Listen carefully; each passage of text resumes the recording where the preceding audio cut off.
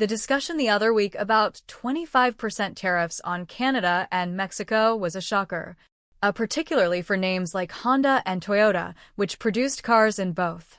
While America celebrated trade protection through 25% automotive tariffs, Japanese automakers quietly activated contingency plans written back in 2018.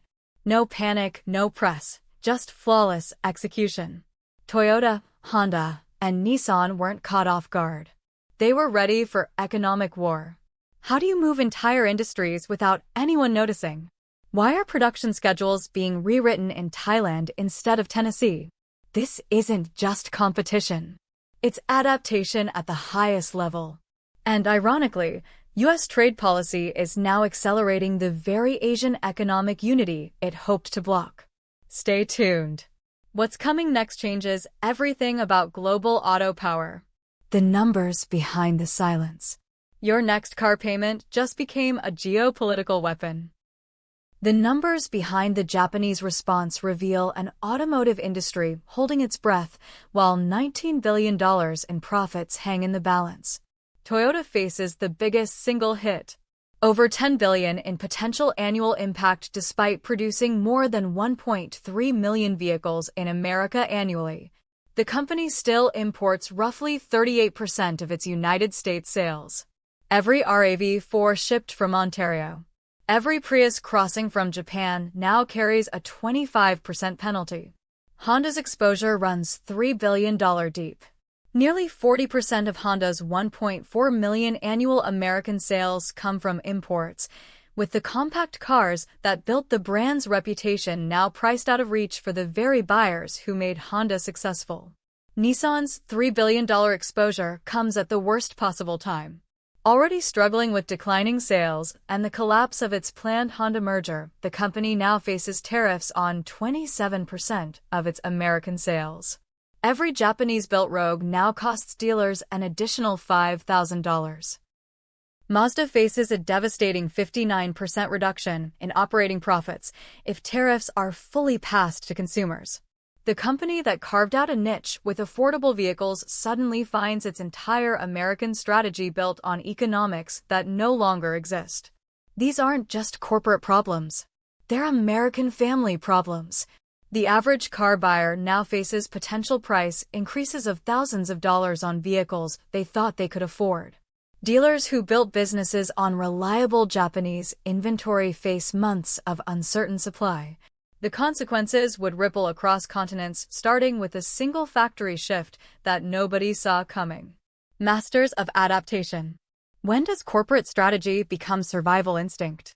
When the rulebook gets rewritten overnight and the masters of long-term thinking discover their 40-year American investment is suddenly a liability. Japanese automotive companies don't operate like their American counterparts. There are no dramatic CEO press conferences, no public battles with government officials. Japanese corporate culture views public confrontation as failure. The art is in adapting so smoothly that disruption becomes a competitive advantage. This approach was forged in the economic turbulence of the 1970s when oil crises and trade tensions forced Japanese companies to become masters of efficiency and flexibility. While American automakers lobbied for protection, Japanese companies invested in American factories. The cultural philosophy is called Kaizen, continuous improvement through small, constant adjustments. But what Americans witnessed in April 2025 wasn't Kaizen, it was Kakushin, radical innovation born from necessity.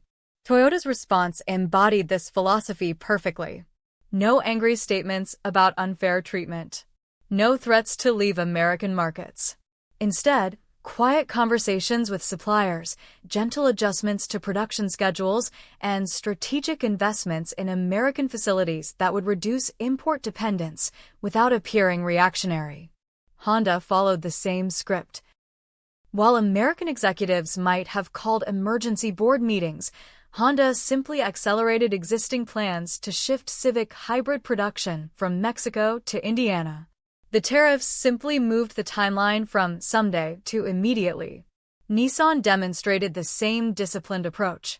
Rather than dramatic factory closures or public complaints, the company quietly announced it would maximize production at its Tennessee facility while reducing Japanese output of American-bound vehicles.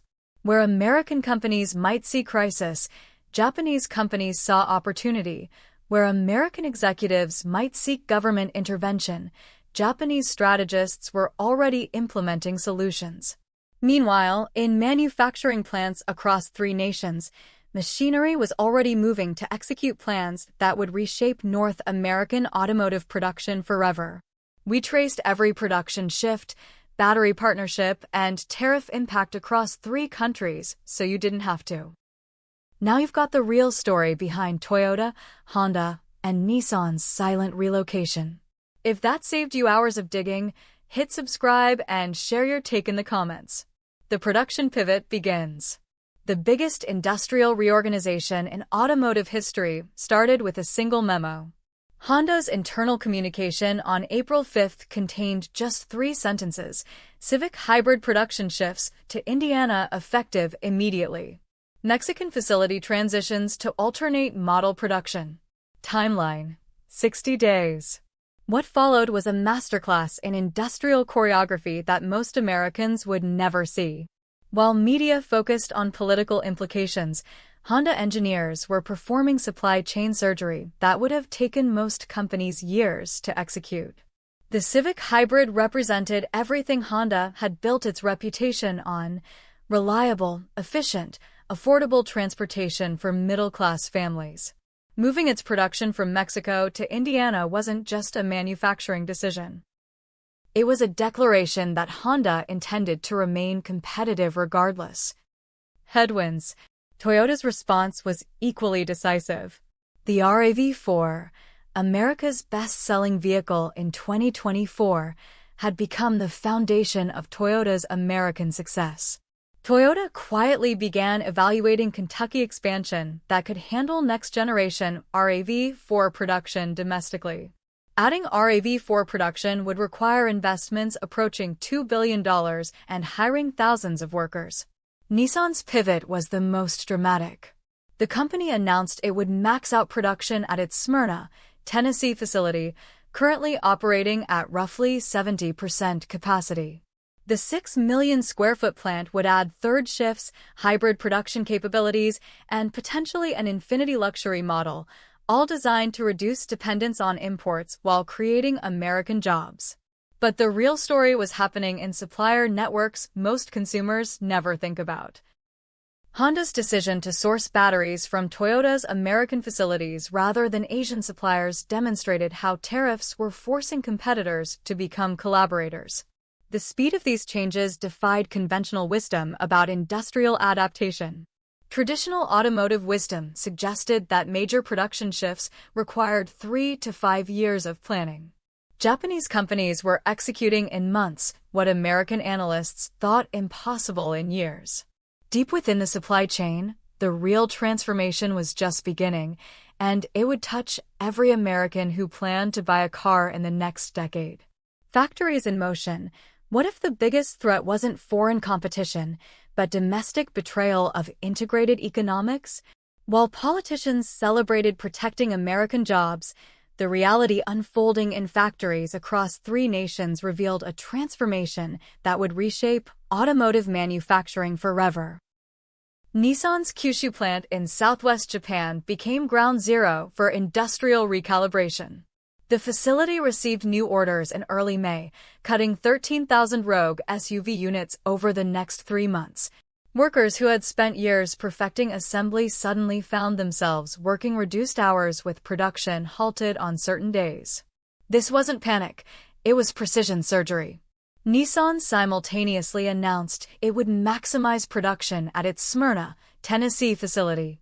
The 6 million square foot complex, capable of producing 640,000 vehicles annually, had been operating at 70% capacity.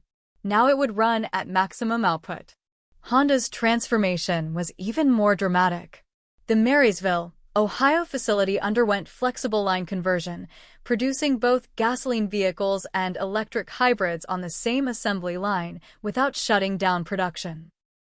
While most domestic brands require months-long shutdowns for such transitions, Honda executed the change during regular 2-week maintenance windows. The Civic hybrid production shift from Mexico to Indiana represented more than geographical relocation. Honda was demonstrating that Japanese manufacturing philosophy could adapt faster than American political